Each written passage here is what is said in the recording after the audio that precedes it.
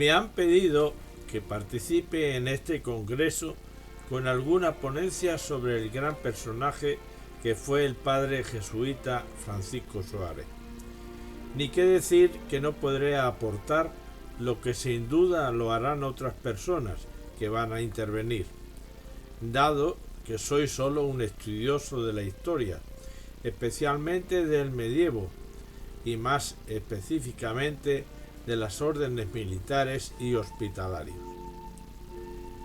No lo soy de las ciencias filosóficas y teológicas. Sin embargo, no puedo negarme a mi buen amigo Carlos Quequesana, que me lo ha pedido. Además, la persona del padre Francisco Suárez es lo suficientemente atractiva como para que le dediquemos nuestro esfuerzo en conocerlo y difundirlo. Por ello, aunque no voy a hablarles de su ingente y extraordinaria obra, sí trataré de contarles quién era y cómo se hizo uno de los más importantes filósofos y teólogos de su tiempo, cuya influencia aún hoy perdura.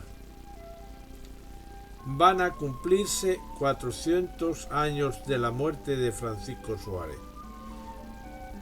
de este ilustre desconocido, porque se le conoce poco y mal. Se hace juicio de él basándose en escritos de los enemigos del catolicismo, juicios tajantes basados en múltiples prejuicios e incluso falsos. Como se lee en su biografía, Francisco Suárez es el gran filósofo de la teología católica de finales del siglo XVI y principios del XVII, y ocupa la segunda parte de la Escuela de Salamanca. Su pensamiento ha estado muy olvidado, como otros de esta segunda etapa escolástica de Salamanca. A veces es presentado como el adversario de Santo Tomás, lo cual es una falacia. Lo que Suárez es un auténtico compendio de toda la escolástica. Si hablamos de Francisco Suárez, tenemos que hacerlo como de un hombre de Dios, de un gran amor a su orden jesuítica, de un sacerdote enamorado de Jesucristo y de su causa. Algunos estudiosos de este jesuita piensan que debería abrírsele causa de beatificación, si es que no se ha hecho ya. Hoy se habla de muchos filósofos más recientes, Immanuel Kant, Hegel, Schelling, Schopenhauer, Nietzsche, etc., pero no de los del siglo XVI y XVII. Estos están totalmente olvidados. Y me pregunto, ¿qué razones puede haber para recordar al doctor español Eximius Epius? Yo señalaría al menos dos. La primera, la necesidad que tiene España de recuperar su verdadera historia. Segundo, lo actual que es hoy día, su pensamiento filosófico y su catolicismo en el panorama occidental. Hagamos una breve biografía. El abuelo de Francisco Suárez fue don Alonso Suárez de Toledo, quien vino al servicio de los reyes católicos como su mayordomo, cuando el ejército castellano tomó Granada. Su hijo fue Gaspar Suárez de Toledo, abogado y oidor de la Chancillería de Granada, casado con doña Antonia Vázquez de Utiel. Estos fueron, pues, los padres del famoso filósofo jesuita, conocido por el sobrenombre de Doctor Eximio. Así pues, nace dentro de una hidalga familia en Granada, el 5 de enero de 1548, y morirá en Lisboa el 25 de septiembre de 1617. Es el primero de los 9 hijos que tendrá el matrimonio. Es bautizado en la iglesia de Santa Escolástica. A los 10 años, como muestra de la importancia de la familia, se le entregan 2 capellanías de la ciudad, con sus consiguientes rentas. Hasta los 13 años recibe una esmerada educación, aprendiendo todo en cuidadoso latín. Es un adolescente introvertido, serio, y no le gusta el mal hablar de los jóvenes y sus juegos vulgares, pero esto no indica que sea un mojigato. Y al igual que su padre, en 1561, con 16 años, marchó a Salamanca para estudiar leyes en su universidad. Al llegar a este importantísimo centro del saber, aún resonaban las enseñanzas de Francisco de Vitoria y sus discípulos. Pero en el año 1564, en la Cuaresma, queda tan impresionado por una predicación del jesuita Juan Ramírez que decide dejar la carrera de leyes y pide su admisión en el noviciado de la Compañía de Jesús en Medina del Campo. Es curioso lo que le ocurre cuando intenta ser admitido, pues es rechazado por su falta de vivacidad intelectual, si bien es recibido con el estatuto de indiferente, que equivalía a que se determinaría con posterioridad su valía como sacerdote o como hermano. Afortunadamente, en poco tiempo demostró suficientemente genio para convertirse en una de las carreras intelectuales más brillantes de su tiempo. En 1570 prosigue sus estudios en el Colegio Jesuita de Salamanca, donde fue discípulo del padre Martín Gutiérrez.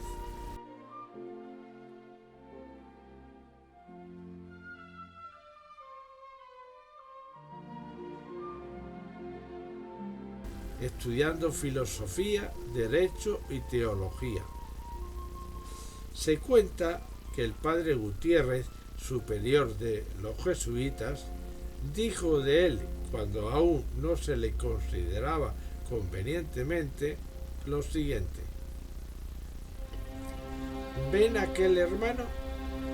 Pues ha de ser ornamento de la compañía y de Dios, e ilustrará la Santa Iglesia.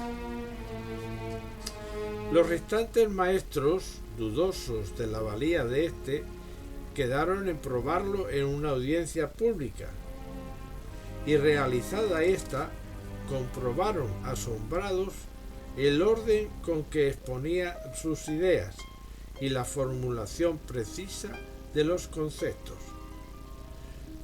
Los profesores unánimemente reconocieron su intelecto, viendo en él una verdadera luminaria de el saber y el raciocinio. En 1572, una vez licenciado en la Universidad de Salamanca, se traslada a Segovia, donde enseña filosofía. Sigue estudiando a Santo Tomás de Aquino, comentando parte de su obra, pero profundiza más en Escoto, de quien tomó sus consideraciones sobre la virginidad perpetua de María para defenderla de su tiempo. A la par que crecía en lo físico, lo hacía en lo espiritual e intelectual, y sobre todo crecía en su amor a la Virgen María.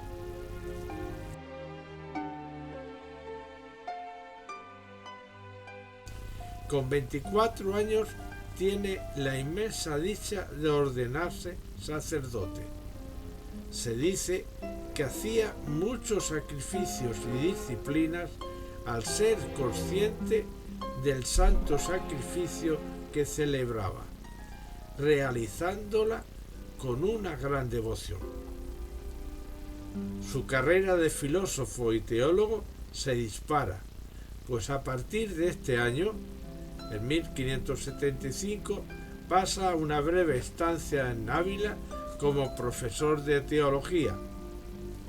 En 1576 marcha para Valladolid, donde estará hasta 1580, y en cuyo colegio jesuítico comentó la parte primera de la Suma Teológica del dominico Santo Tomás de Aquino, pero distanciándose de sus posturas cuando creía que no obedecían a la razón. En 1580, con 32 años, es llamado a Roma para enseñar teología en el Colegio Jesuita de Roma, antecedente de la Universidad Gregoriana. Allí compuso bastantes tratados teológicos, de los que se conservan apuntes publicados e inéditos, y dio clases hasta 1585. En estos años parece ser que en el curso 1582-1583 debió escribir su De Gracia.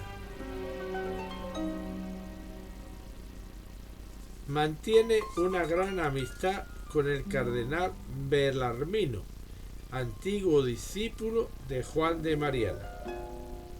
La fama del jesuita Francisco Suárez es tal que el mismo Papa Gregorio XIII asiste a una de sus clases o conferencias, y cuando sube al estrado es tal la vergüenza que tiene que el mismo Papa tiene que decirlo que desea ser su oyente. Una vez en su sitio, es tal la conferencia que imparte que todos quedan admirados. Tal es la claridad de sus explicaciones y exposiciones. Desde este momento se convierte en la más alta referencia de la corte papal. Su gran personalidad y saber le hace conocer personajes muy importantes, tales como el matemático Cristóbal Clavio y los humanistas Horacio Torsellini, Niccolo Orlandini. Y hay que recordar que en esta época tiene como discípulos tan importantes como Muzio Miticelli, luego general de la compañía, y al teólogo Leonardo Lesio. En 1585, el clima húmedo de Roma agrava su reuma y le amenaza con una tuberculosis, por lo que sus superiores, asustados por sus achaques, le ordenan trasladarse a enseñar a Alcalá de Henares, por ser tierra más seca y adecuada para él. Para ello se hace una permuta con el padre jesuita Gabriel Vázquez, un teólogo gran especialista en Agustín de Hipona, con quien por cierto no simpatizaba. Allí estuvo entre 1585 y 1592, muy bien cuidado y respetado por sus superiores, algo que despertó los recelos y la envidia de Vázquez. En 1593 vuelve a Salamanca para enseñar, donde permanece 4 años. Su fama le precede y admira a todo el mundo. Se cuenta que el mismo obispo de Salamanca quiso acompañarlo en una de sus misas. Para ello fue a la sacristía antes de decir misa, pues le dijo deseaba ser su coadjutor o diácono. Esta gran consideración del prelado y de otras personas nunca le supieron motivo de orgullo, sino que le creaban verdaderos problemas espirituales. En 1597, por expresa petición del rey Felipe III, es trasladado a la Universidad de Coimbra, donde estaría impartiendo clases hasta su jubilación. Encontrándose pues en Coimbra de catedrático, tiene que intervenir en defensa de la Iglesia en contra de los venecianos. Escribe un tratado con tanta claridad que hasta el mismo Papa queda maravillado, haciéndole llegar un breve de su puño, diciendo: en él resplandece vuestros desvelos, vuestra sabiduría, y no menos el ardor con que defiende la verdadera Iglesia católica, y patrocina la autoridad y potestad del bienaventurado apóstol San Pedro, en tanto grado que toda vuestra obra pública nos indica que sois un teólogo eximio y piadoso. He aquí donde viene el título que se le da de eximio y pío. En este mismo año se editaron también sus famosísimas Disputaciones metafísicas. También tiene una importante disputa con los dominicos, en la que discrepan sobre si una persona que no puede hablar y por lo tanto no puede confesarse y por lo tanto no puede recibir la comunión, etcétera, etcétera. El Papa desea darle el capelo cardenalicio, o al menos de obispo, pero Suárez se niega a recibirlo. En una ocasión que pasó por la corte de España, el rey Felipe III y el duque de Lerma le piden que se quede, y antes de seguir su camino le piden hacerle un retrato, pero él declina ambos honores. Sin embargo, durante el almuerzo, 2 pintores situados a ambos lados de la sala y sin saberlo Suárez, levantan el dibujo de este, realizando posteriormente el cuadro que se conserva en la actualidad. Otro de sus libros más conocidos es sin duda Defensa de la fe católica y apostólica contra los errores de la secta anglicana, que Jacobo I de Inglaterra hizo quemar en público. En este libro se asientan las bases de la democracia cristiana contra el poder absoluto de los reyes. En él explica que Dios es el principio de toda autoridad, que no la confiere a los reyes o gobernantes, sino al pueblo que la delega en el rey. Y si el monarca abusa de su poder, el pueblo puede relegarle de este poder.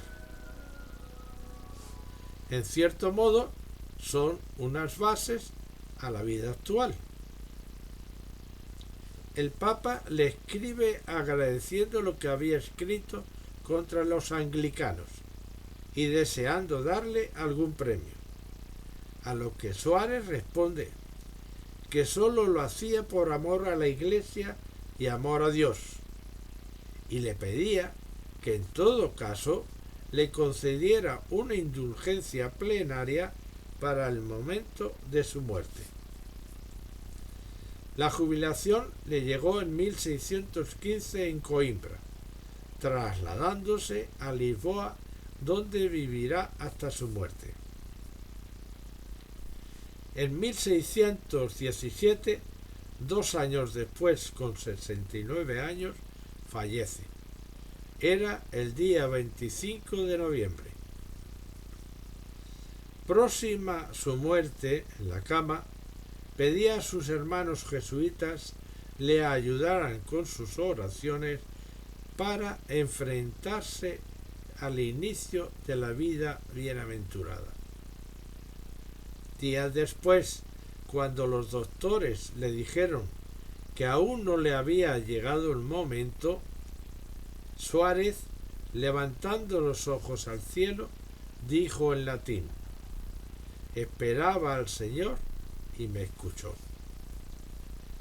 Cuando se le administró el viático y la extremaunción, el padre que se la impartía no podía ni leer ni hablar por el llanto que le embargaba.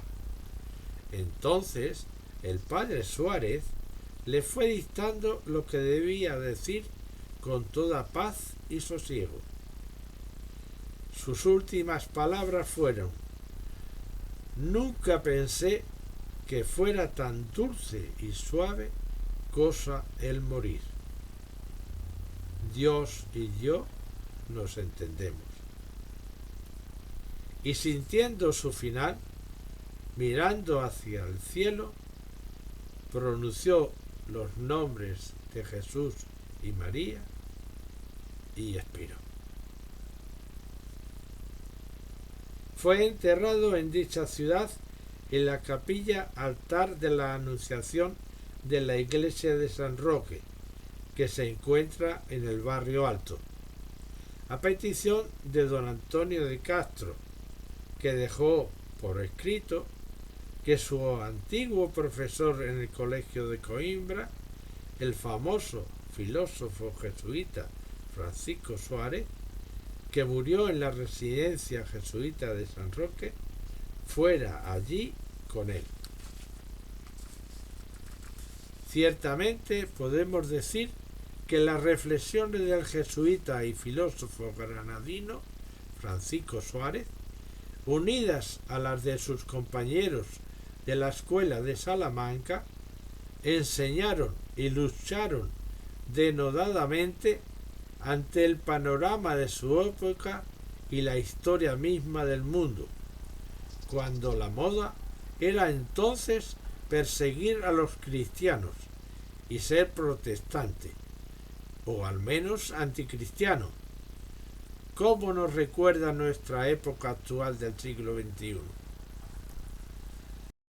Suárez se consideró a sí mismo continuador de la escolástica más sublime del santo Tomás de Aquino, pero aún más de Duns Scoto, aunque discrepase de ellos en algunas cuestiones, sobre todo con el primero. Es innegable el papel preponderante que el filósofo y teólogo jesuita ejerció sobre todo el pensamiento europeo. La obra de este hombre insigne abanderó en muchos aspectos el combate filosófico contra el luteranismo. Sus reflexiones y libros fueron los que más se trabajaron en las universidades reformadas.